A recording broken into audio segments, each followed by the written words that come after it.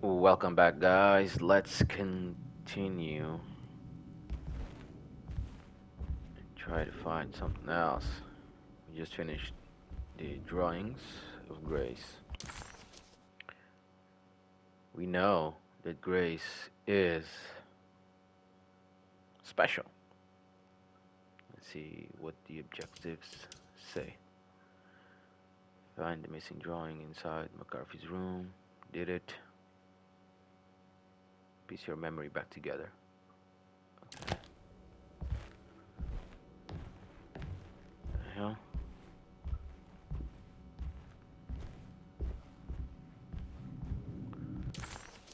Where am I? In Cassandra's room. No way.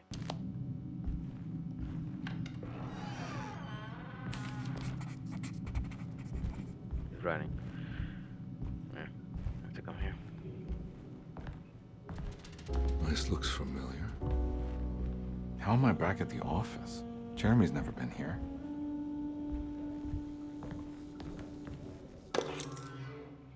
Writing desk key. That's me, isn't it? How long had it been since I drowned myself in drinking depression? It all felt so peaceful, slipping away into oblivion. A welcoming, dark voice wrapped around my mind like a heavy blanket. It turned off suddenly as I woke up from the sound of my office door closing shut. A messenger had left a telegram from Mrs. Saunders. She had a lead on where to find her husband and her kidnapped daughter.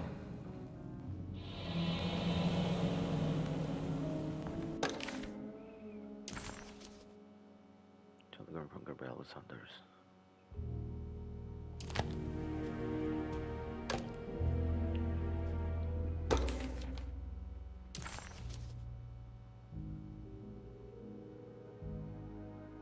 Philanthropist Teddy Saunders goes mad. Kidnaps child. God, I used to drink so much back then. When was this exactly? What case was I working?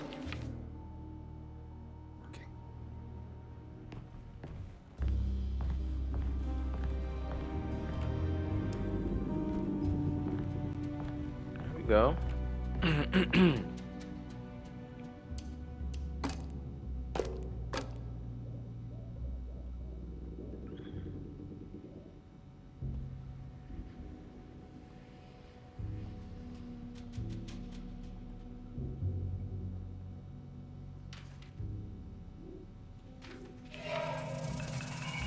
I remember this case. Some kid got taken by her father, headed out of state, but he had made a mistake by selling a painting that his wife actually cared about to a collector named Thornhill to fund his venture. That's how I tracked him down. At least I think so.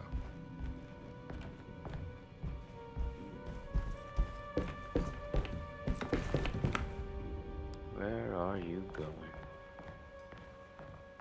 He's lost in his own mind now.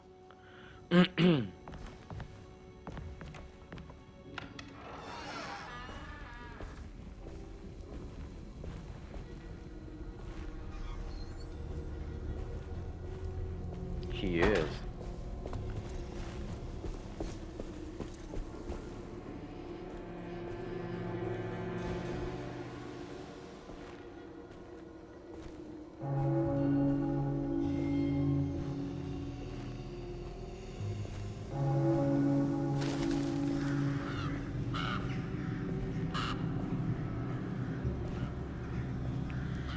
Where you at, boy?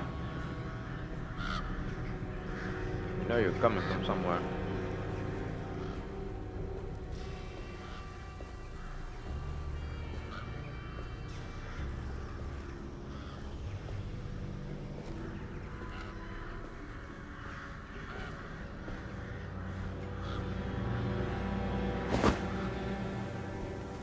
These are my memories.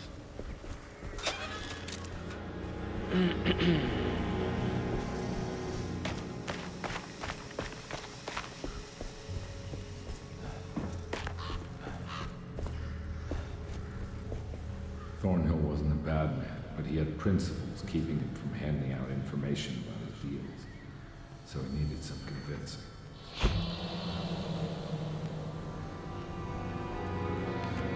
Well, every case can't be squeaky clean.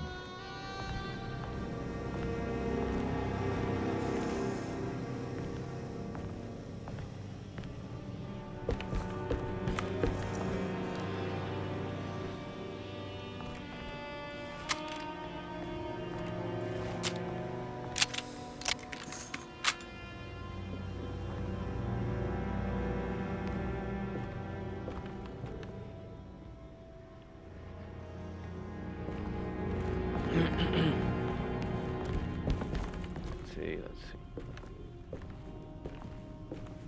Let's explore first, just to see if we don't miss anything. Okay, there's nothing to miss. Alright. Mr. Saunders had sold a valuable painting to Thornhill, hoping the money would carry him to wherever he was going.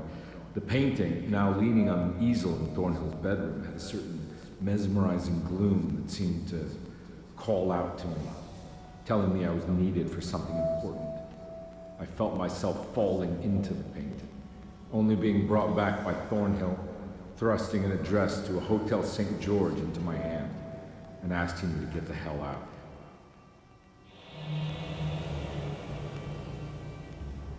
I don't remember this at all. But I can't say it didn't happen.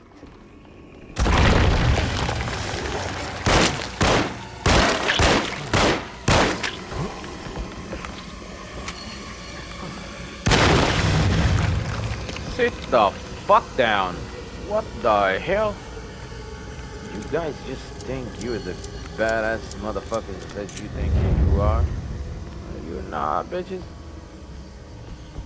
I don't know what you just said, but I said something. And, something here?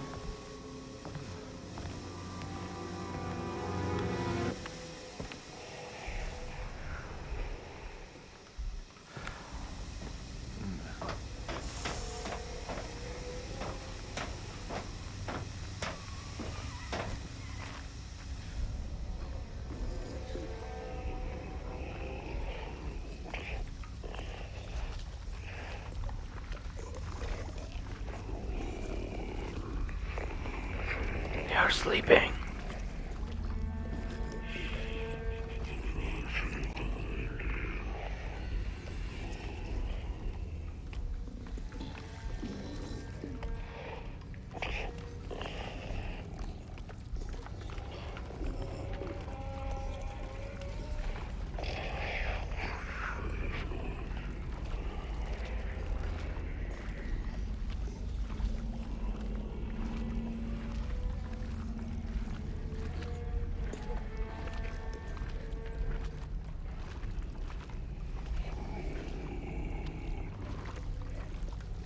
I can't go that way.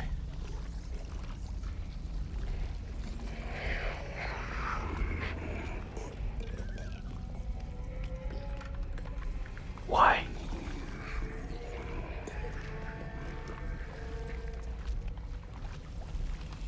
There's a lot of guys here.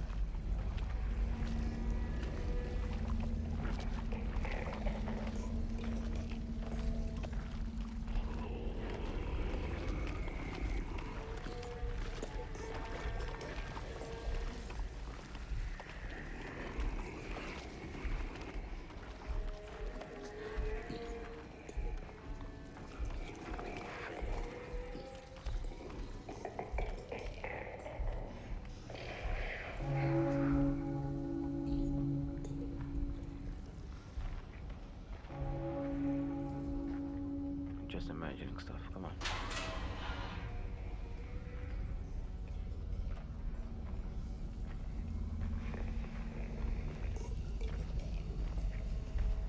Hush, hush, little baby.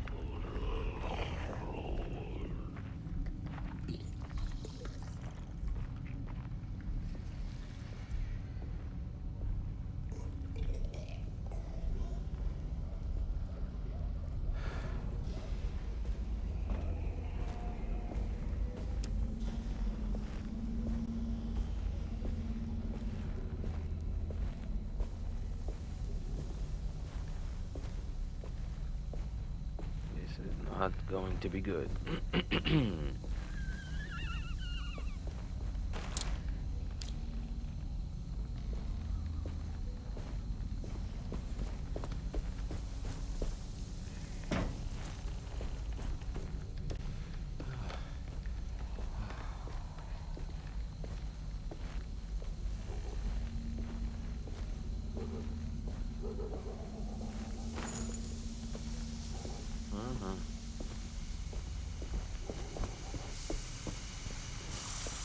On my way to the hotel, the Morton gang caught up. I owed them money, a lot of it. I can't remember what for, probably some dumb gambling debt growing in size for each payment missed. I punched one of them out, and I sent the others packing. Just stupid. They'd be back.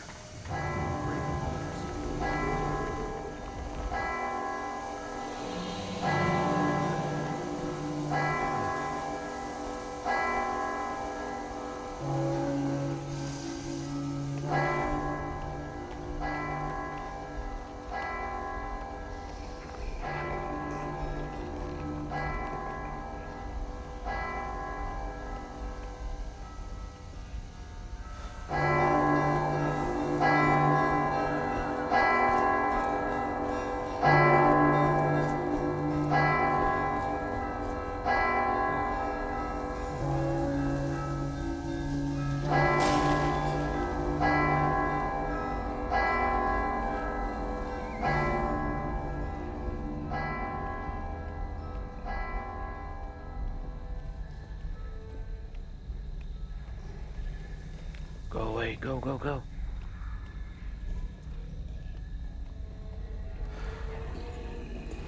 Okay, I don't care.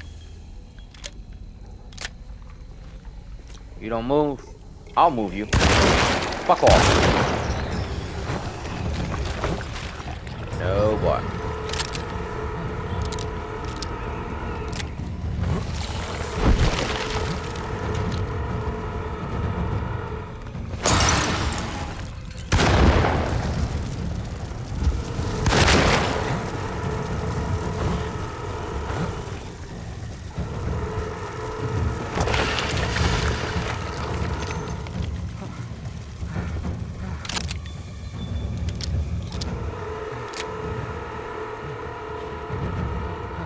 Oh, the other ones.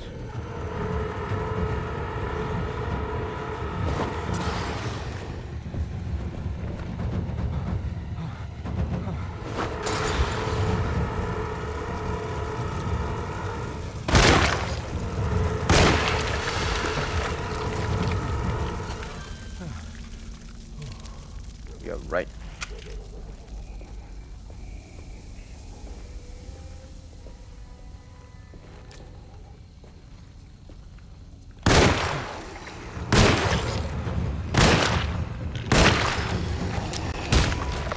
Holy shit. Oh, alright, yeah.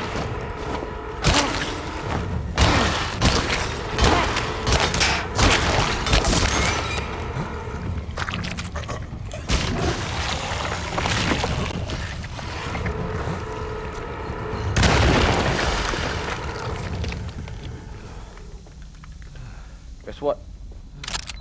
You dead.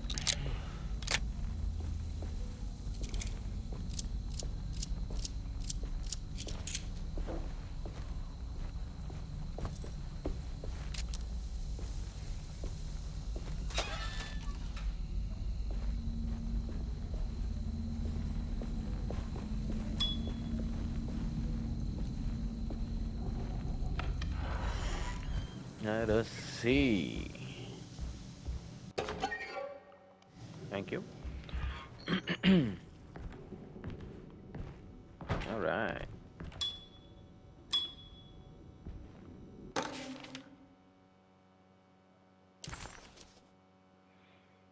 Hotel bill, $12. Machine gun bullets.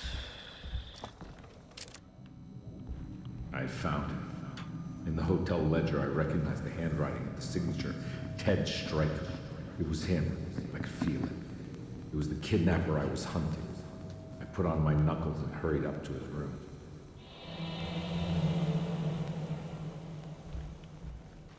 Is Grace... Something about that name, Ted Stryker, rings a bell. Feels vaguely familiar. His daughter?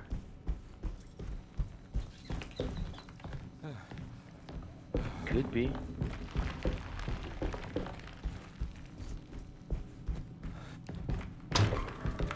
Yo, Ted. The fuck are you?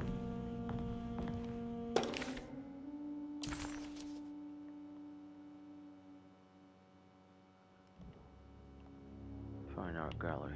Okay. I recognize this room, but I didn't catch up with them here. I must have followed them. But where?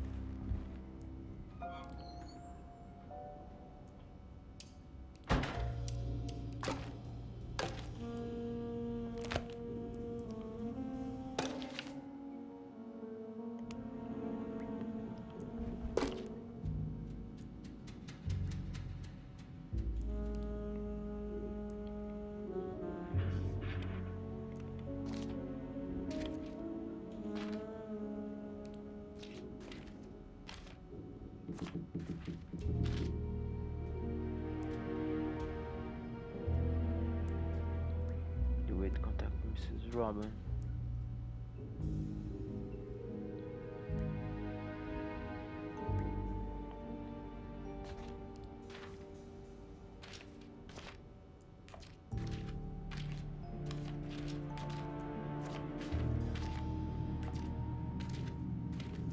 Oh, this is it.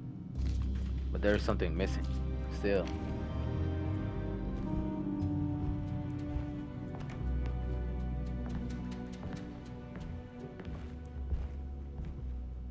Or is it?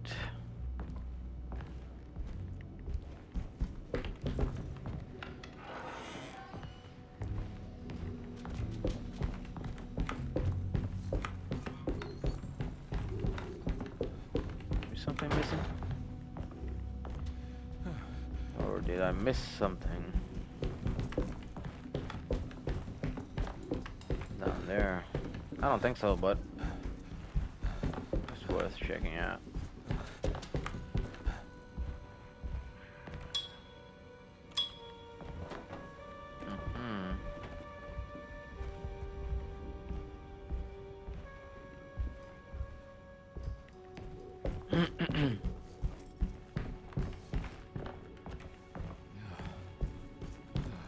Let's go, go, go.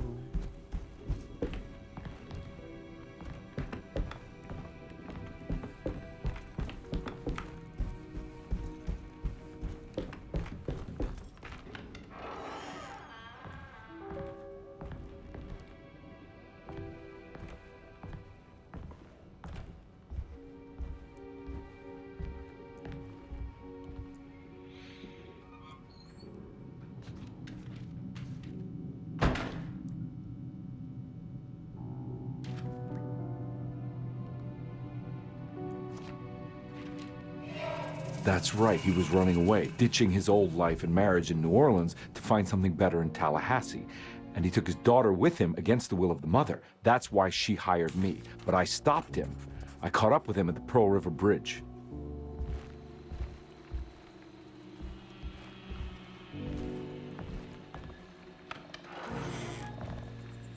Pearl River.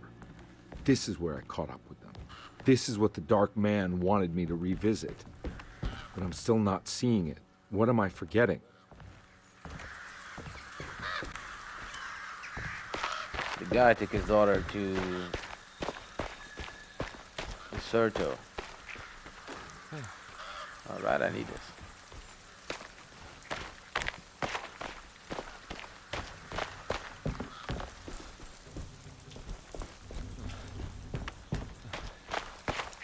The daughter was making him mad. What? What a story.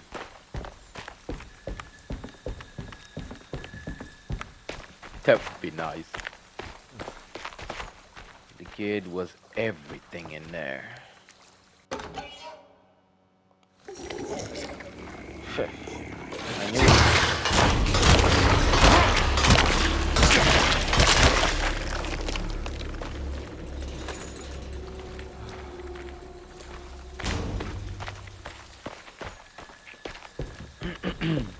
I knew I was going to find something, and then BAM!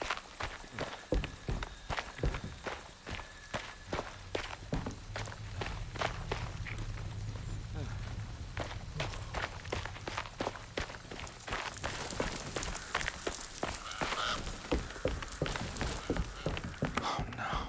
It was her all along. It was. Shit.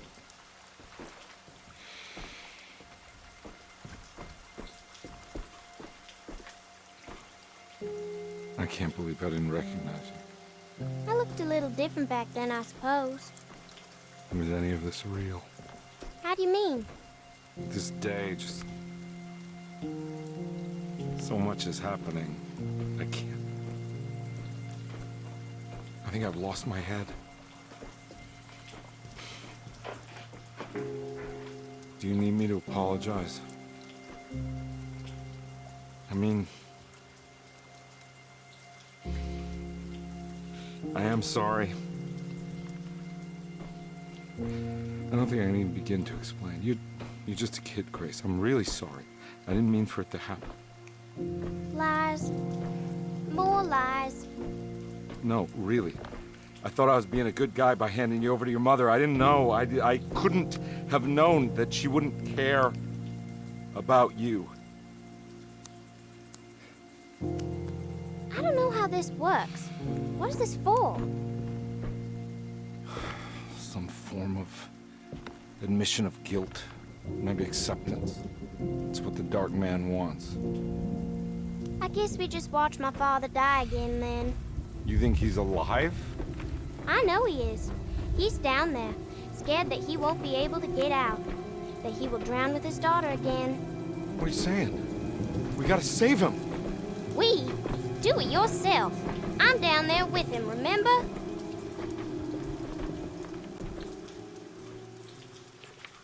Can I really save them? This all happened so long ago. I have to find a way to get down there. I have to see it with my own eyes. There was a boat at the house where I entered. If I can raise the bridge, I should be able to get to the car. Really? Okay.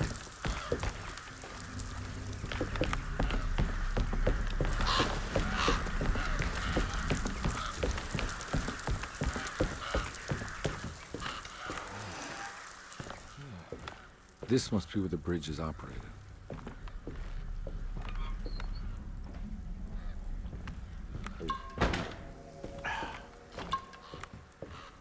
When does drinking alcohol brings back life?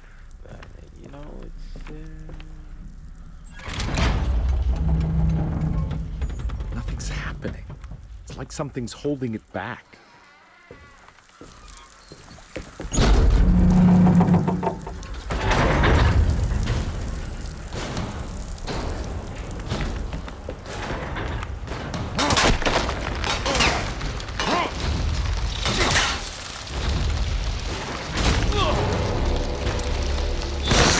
fuck off.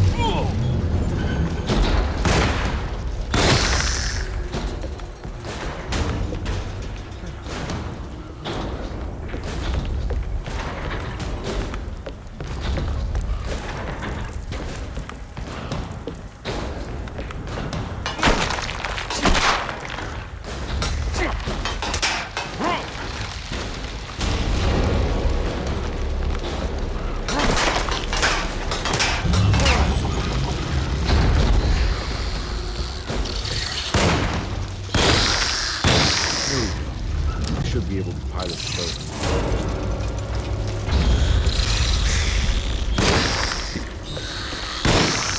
Shut up.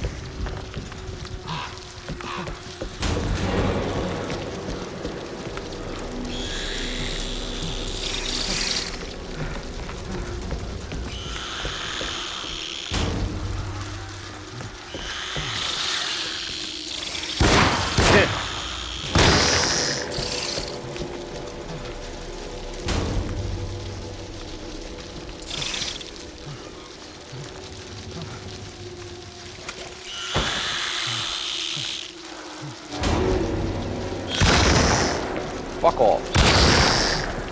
Next.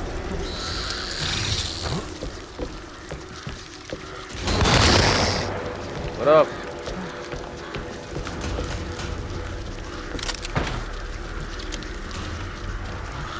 And these.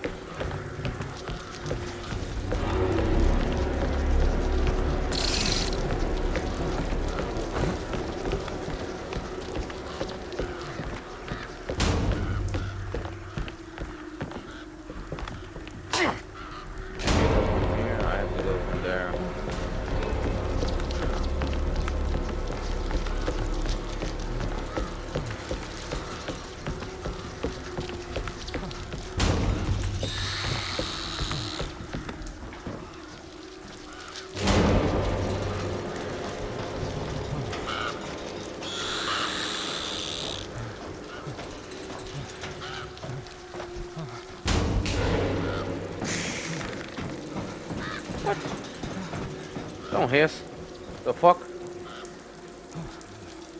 think it was a snake?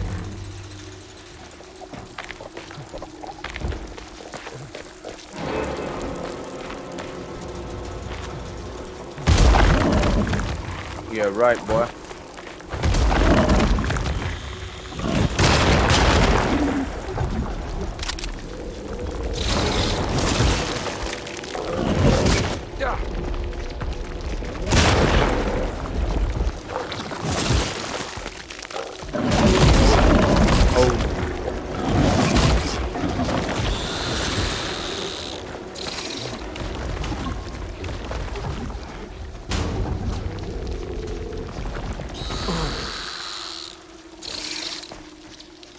No.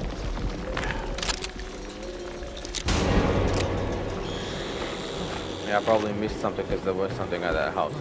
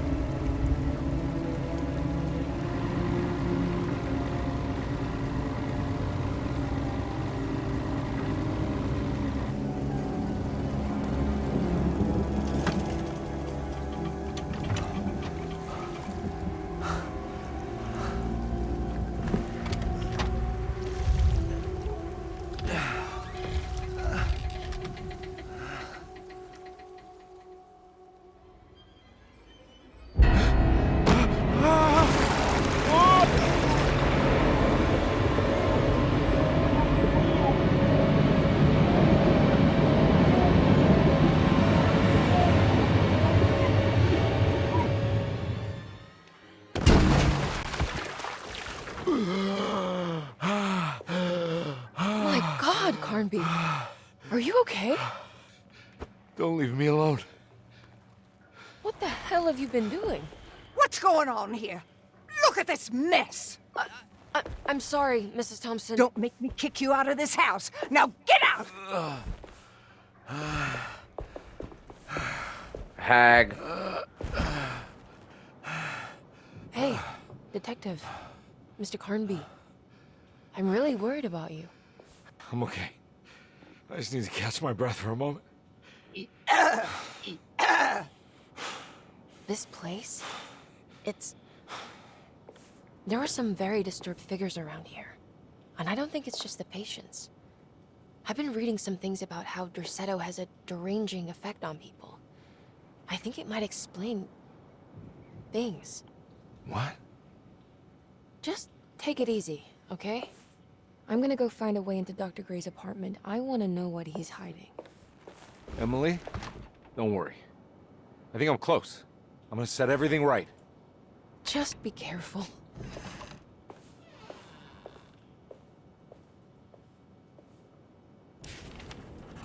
Bro, we almost died. What the hell are you doing? Carnby had run their car off the bridge. He pulled Grace out of the sinking car, but left her father to drown. He could have saved him. There was time. He just chose not to. Instead, he took Grace back to New Orleans and collected his paycheck. Yeah.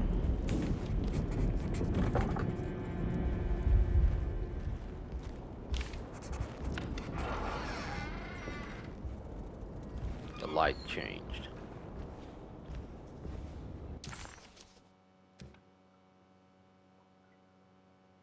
Leave an offering at the Whispering Tree.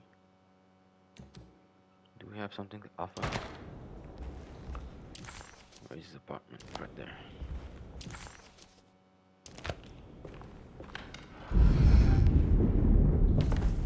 There's something in that last room.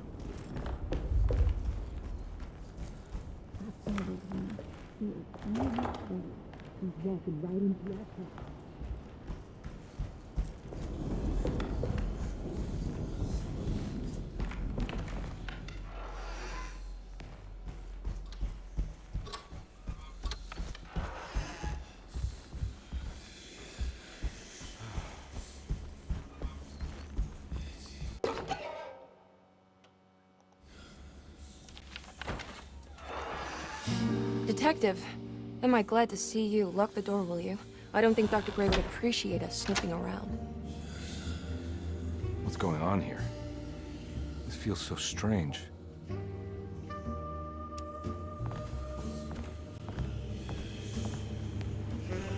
There's a book missing.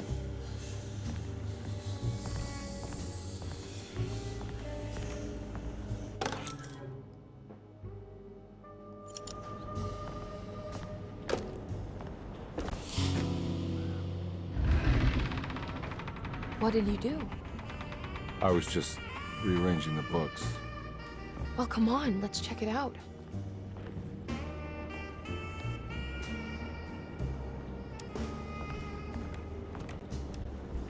I think I'm beginning to understand. Dr. Gray is dealing with some kind of mass delusion.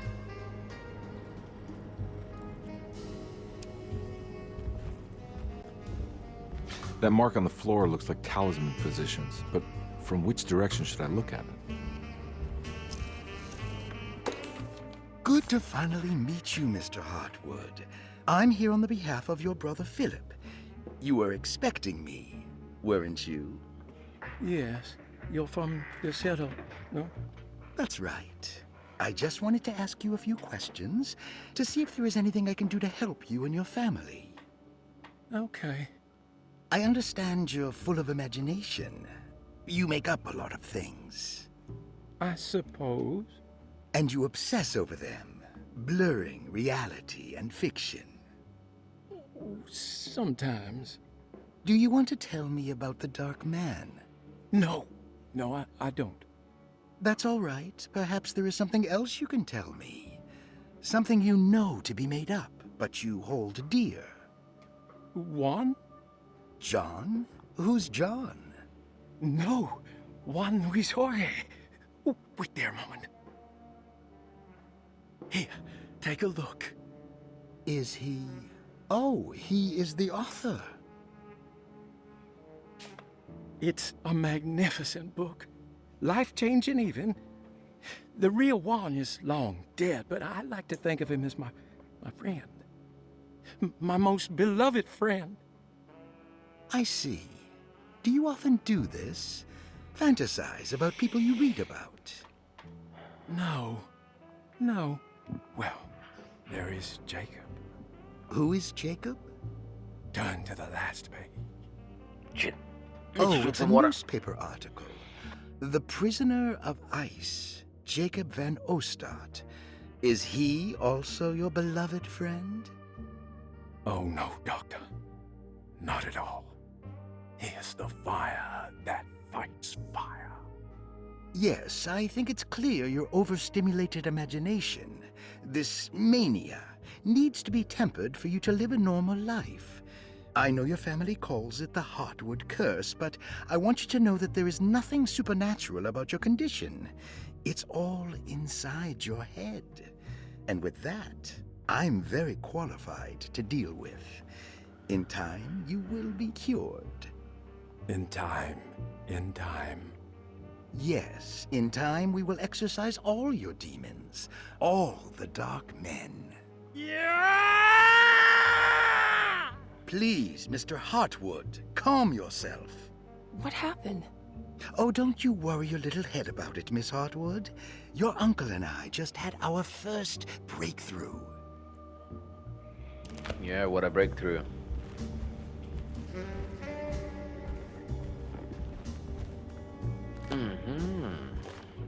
The Snake Dagger, a monograph by Yael Klein. In Ludwig Prin's book on pagan rituals called The Mystery of the Grave, as translated by Nicholas Vachy, there are several references to a sacrificial dagger called the Snake Dagger. It has long been thought of as a poor translation of the original text, that it would be more appropriate with worm dagger from the Latin vermis cultrum. This seems natural following the recent consensus that the original title of Prin's book, De Vermis Mysteris, should literally translate to the mystery of the worm. However, this would take away from Vachy's great effort at translating the underlying meaning of the words and revealing several cultural beliefs. While Prince certainly was using the term worm as a symbol or synecdoche for death and the dead, which is made clear by the contents of the book, in the case of the dagger, we shouldn't be too hasty to dismiss his translation. Reading through Vahi's correspondence with his patron, it appears that he had more than just the Latin text at his disposal. Vahi had dug up Prince's living relatives and uncovered several cross-referenced historical texts and an actual snake dagger. The dagger was dated to the early Middle Kingdom of Egypt and had such a clear shape of a wave that Vahi considered calling it the sinusoidal blade. Knowing the full story, it seems prudent that he chose to translate it as snake and not worm. There are several reasons why this choice of word helps us understand the pagans that Prince's book attempts to describe. The symbolic value of the shape becomes more apparent when reading about the use for the dagger. In the passage of possession and exorcism, we find the snake dagger poisons the poisoner within the victim and is therefore pacified. Where the literal text would tell us that the worm dagger trumps the demon possessing the victim, it tells us nothing of their reasoning. Only that somehow this dagger wins against the demon, like it had the better hand in poker. Vahi's translation allows us to follow the underlying logic to the ritual magic that is being performed. Poison the poisoner. Sounds like fighting fire with fire. That to hurt the demon possessing its victim, the priests would have to fight back with a power that is known to the evil they are fighting. The snake dagger is therefore not only a good way to describe its form, but it also helps us understand how it could be thought of as a useful tool for exorcism. Finally, it also helps us understand their relationship to lunacy, that it was thought of as something poisoning the mind rather than controlling it. What is also interesting to note is that the possessed are always considered poisoned in their head and not their heart. The snake dagger always went to the eye of the possessed, leaving them partially blind, if they had the good luck to survive. Okay. Still nothing. Let's see what she found. What were you saying about mass delusion? Derceto seems to have a deranging effect on people living close by. It has a history of creating cults devoted to some nature goddess. Even the name Derceto refers to the cult existing here before the Civil War. Derceto was the name of an ancient fertility goddess worshipped in Syria. Dr. Gray and his friends, however, seem to prefer the black goat of the woods with 1,000 young, or Shub-Nigra. And that name can only have come from my uncle's twisted mind.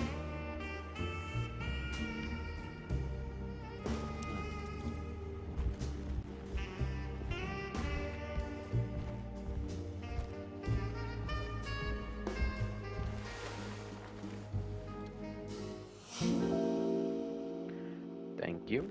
Huh. Has that been there this whole time?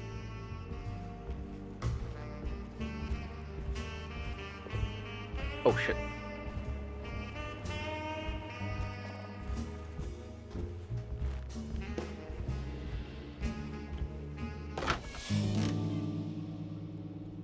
What?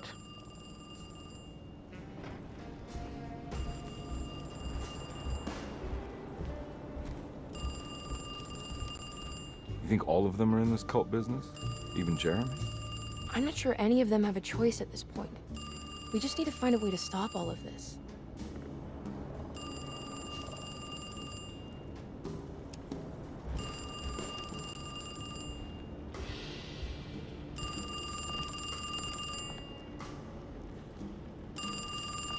Are we going to answer that phone or no?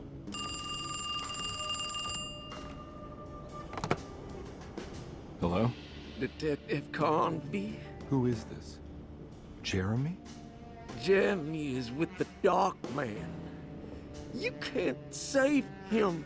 Well, I've done everything he wanted so far, and there's just one more thing on the list. I expect him to keep his promise and return Jeremy unharmed. Get out, Detective. while you still can.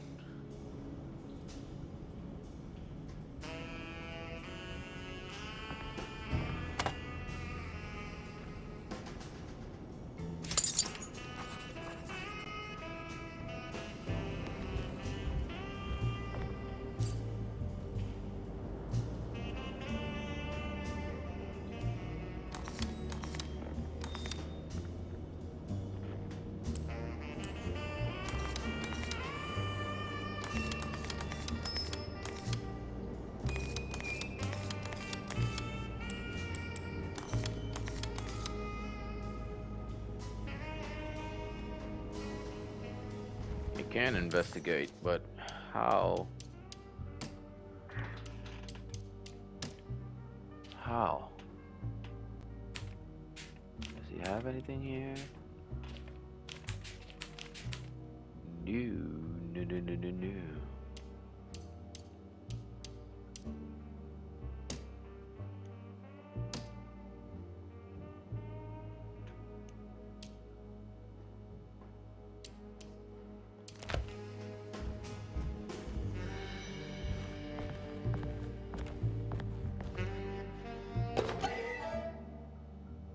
Hey.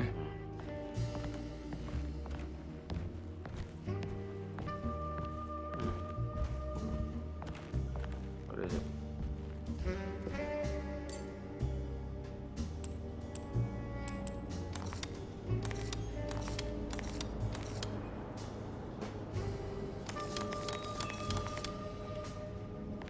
Must be some clues here. Okay, of course they are.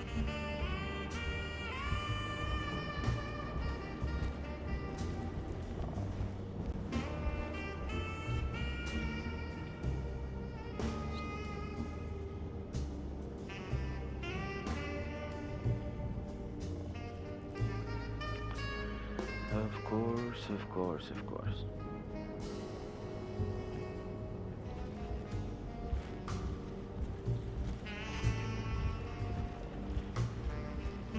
Shit.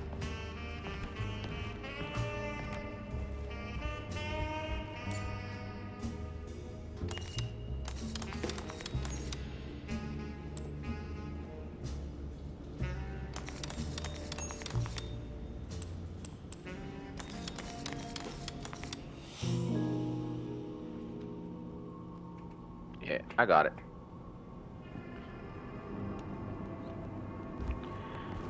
I got it. This is like, You okay? You look a little frazzled.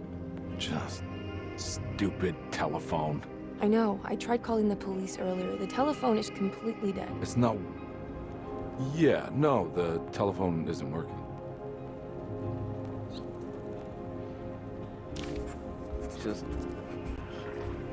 it's like the old ones. The old games. What the fuck? My game is cruising. Miss Hartwood, I think you're gonna want to see this. Is there something in the closet? Yeah, there is. You don't see the very obvious gate leading to whatever Jeremy's madness is serving up next? I don't understand. Are you making some kind of fashion metaphor? I'm sorry, I don't have time for this. Can you just tell me what you're doing? You don't see this. It's fine. It's fine. Catch you later. Are you going inside the closet? Yeah. You got a problem with that? No. Do what you think is right, detective. Sorry, I didn't mean to. Goodbye, Miss Hartwood.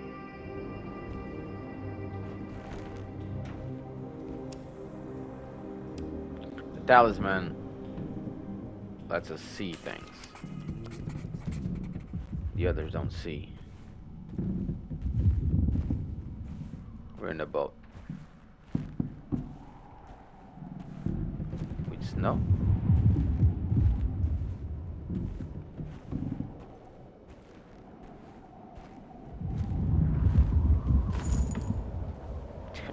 Shit's gonna come up.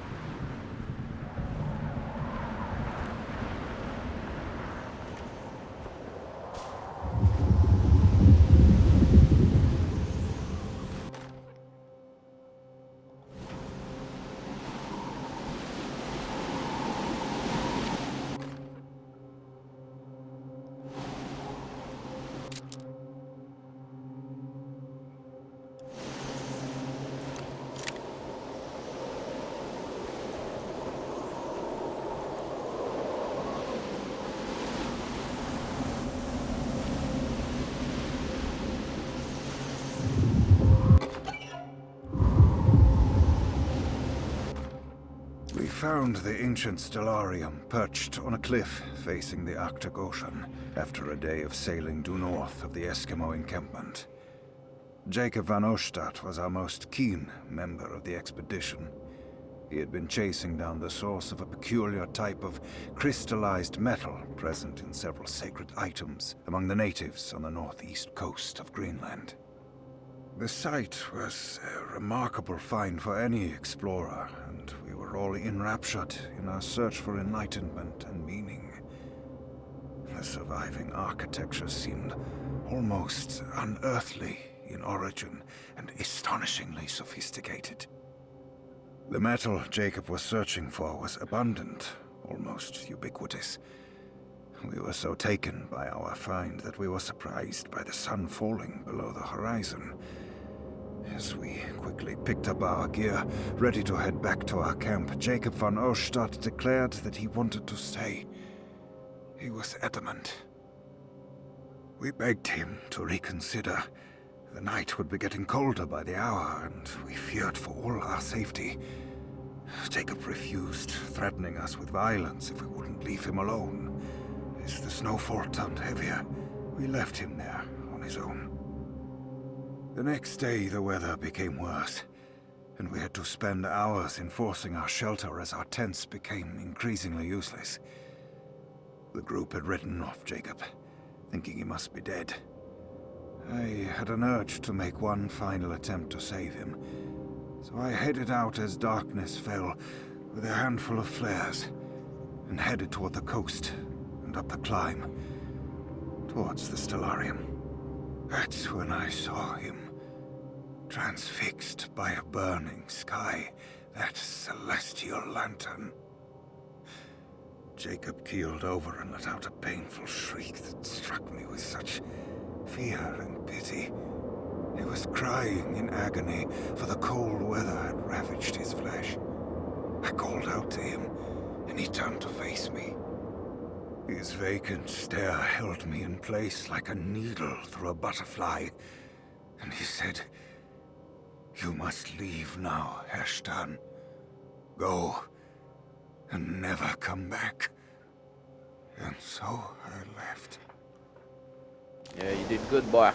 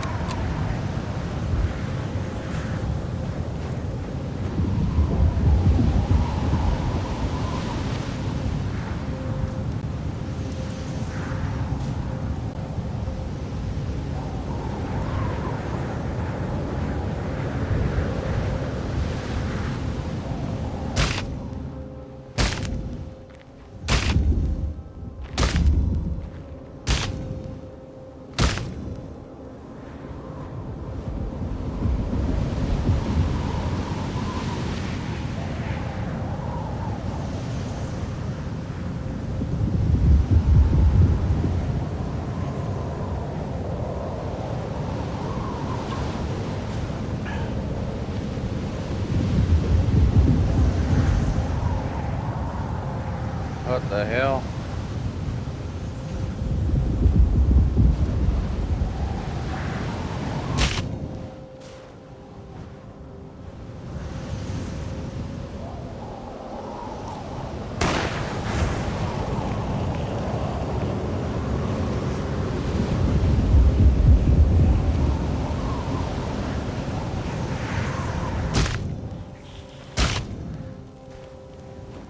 What am I doing? Where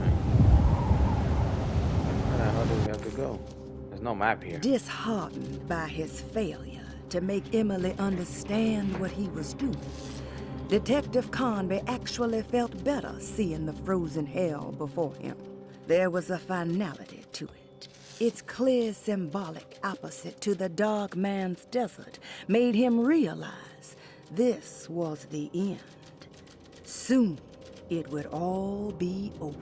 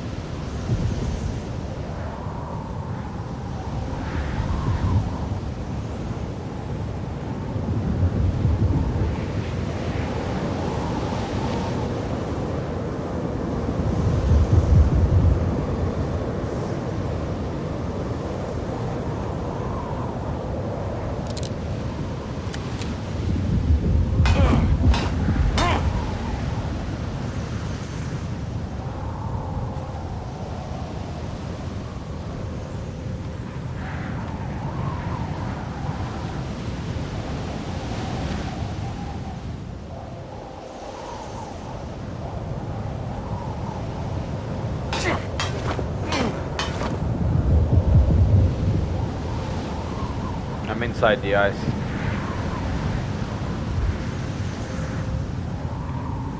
Game is bugging a little bit.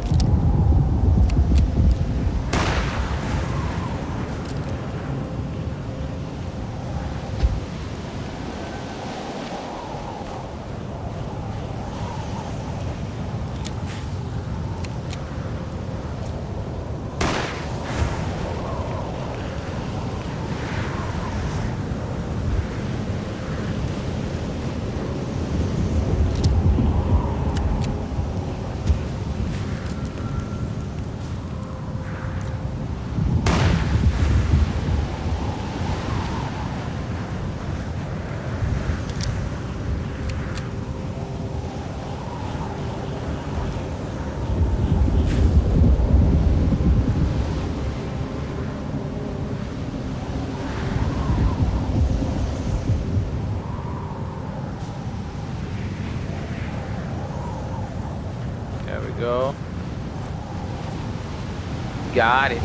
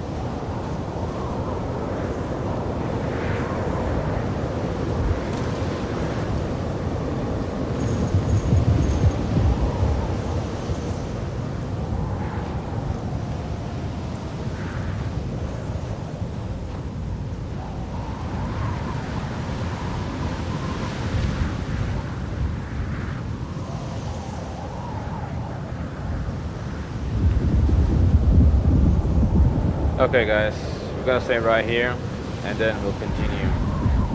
We head into that on the next episode. Hope you guys are enjoying this series. If you do, don't forget to leave a like and keep giving some support. And I'll see you guys on the next episode.